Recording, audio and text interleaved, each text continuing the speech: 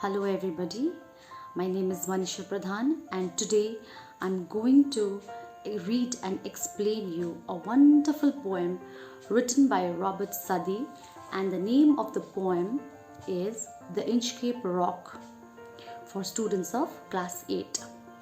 So students, this poem, which is written by Robert Southey, is a legendary story. Legendary story means stories that is related to the past. उहिलेको कुराहरू, उहिलेको जुन चाहिँ कथाहरू छ त्यसलाई चाहिँ legendary stories भन्छ. Okay students, and what we are going to, and students, in the legendary stories मा के हुन्छ भने moral हुन्छ. There is always, these legendary stories always carry a message.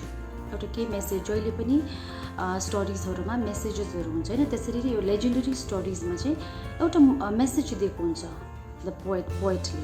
So here in this poem the INCHCAPE Rock, we are also getting a message. Now what message are we getting? Let me read you certain statements, right, from where we will guess what moral or what message are we getting today from this poem. So the first statement as I read is, as we sow, so do we reap. The next statement is, tit for tat. Then the third one is, what goes around comes around. The fourth one, if you dig a pit for someone else, you yourself will fall into it. So students, I'm sure by these four statements you have guessed that these are quite similar in meaning. What I mean is, in these four statements, the meaning of these four statements is that you are certainly punished if you tend to do something wicked.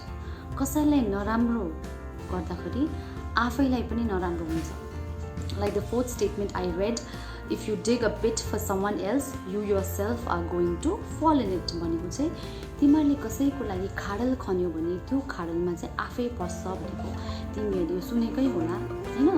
So now, and another thing that I want to tell you is that this INCHCAPE Rock is a ballad. BALLAD, ballad. Ballad भनेको चाहिँ it is a long narrative story. This poem is written in a form of a story, and it is a long narrative poem written by Robert Southey, as I mentioned earlier. And this poem is distributed into 17 stanzas, students.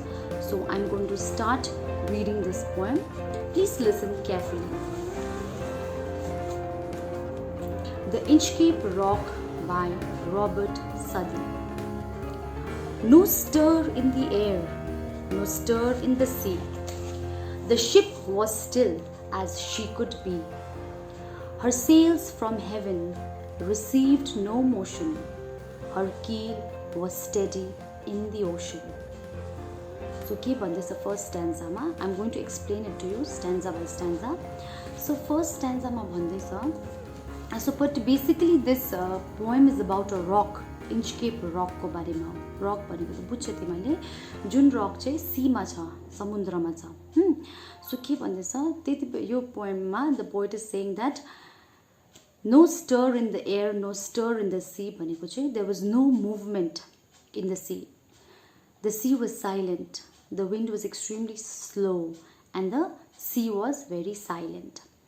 Then what the second line is saying, the ship was still as she could be. So we know that there is a ship in the sea, and the ship was also silently moving, because there was no movement in the air, no violent movement in the air.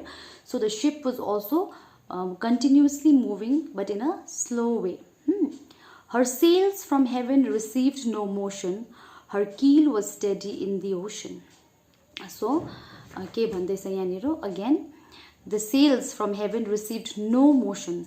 There was no movement of the ship or the sea around. So, and another thing in this first stanza, I would like to say that there are three figures of speech here. The first one is personification. It is the lines over here like The ship was still. That means there was no movement. The ship was not moving. That means here the ship is being personified to a woman or to a person who's just standing still. So that is number one, personification. Now there is another. The second one is a simile in the first stanza. I'm saying, which is a direct comparison. Here the comparison is between the what two things are being compared here: the silent sea and the silent ship. So here comes a simile. And the final one, alliteration. Now what is alliteration? It is a continuous or a close repetition of similar sound. Like we see in the first stanza, the ship, the ship was still as she could be, no stir in the air, no stir in the sea. So we see the repetition of the sound sh. Shape was still as she could be. So that is alliteration. Got it? So now coming to the second stanza, let's continue. Without either sign or sound of their shock, the waves flowed over the INCHCAPE rock. So little they rose, so little they fell. They did not move the INCHCAPE bell. So what was happening? There was very little movement of the waves. As mentioned in the first stanza also, there was very slow movement of the wind. The ship was still moving very slowly. Similarly, so the waves are also flowing, not vigorously, but there was very little movement. So the third line is saying, so little they rose, so little they fell. That means they did not move the INCHCAPE bell. So the movement of the waves did not put any impact on the movement of the INCHCAPE bell, on the rock as well as the bell. That means the waves couldn't touch the INCHCAPE bell or the INCHCAPE rock. It was not moving the bell, basically. Now the third one, the good old abbot of Aberbrothock had placed that bell on the INCHCAPE rock. On a buoy in the storm, it floated and swung, and over the waves its warning rung. So what used to happen is, a person, a good old priest, abbot of Aberbrothock, he had placed this bell on the INCHCAPE rock.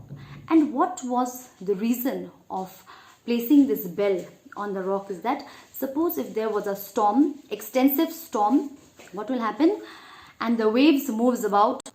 So what happened is, why did the abbot of Aberbrothock place this bell on the rock is that, if when there was a surge of the wave, when the wave rose and there was a storm, and when there was a vigorous storm, a violent storm, and if the waves rose, what happened? The waves used to hit the bell, and it used to ring violently and give what? A warning sign to the sailors of the mariners who were in the ship. So basically, what did our abbot of Aberbrothock do? He did a good deed, isn't it? So that there was no accidents or any kind of mishappening in this sea. So he had hung that bell on the rock. Okay. So his intention was to warn the sailors. So when the rock was hit by the surge's swell, the mariners heard the warning bell, and then they knew the perilous rock. Perilous means the dangerous rock. And bless the abbot of Aberbrothock. So we see here that out of a very good intention, the abbot of Aberbrothock,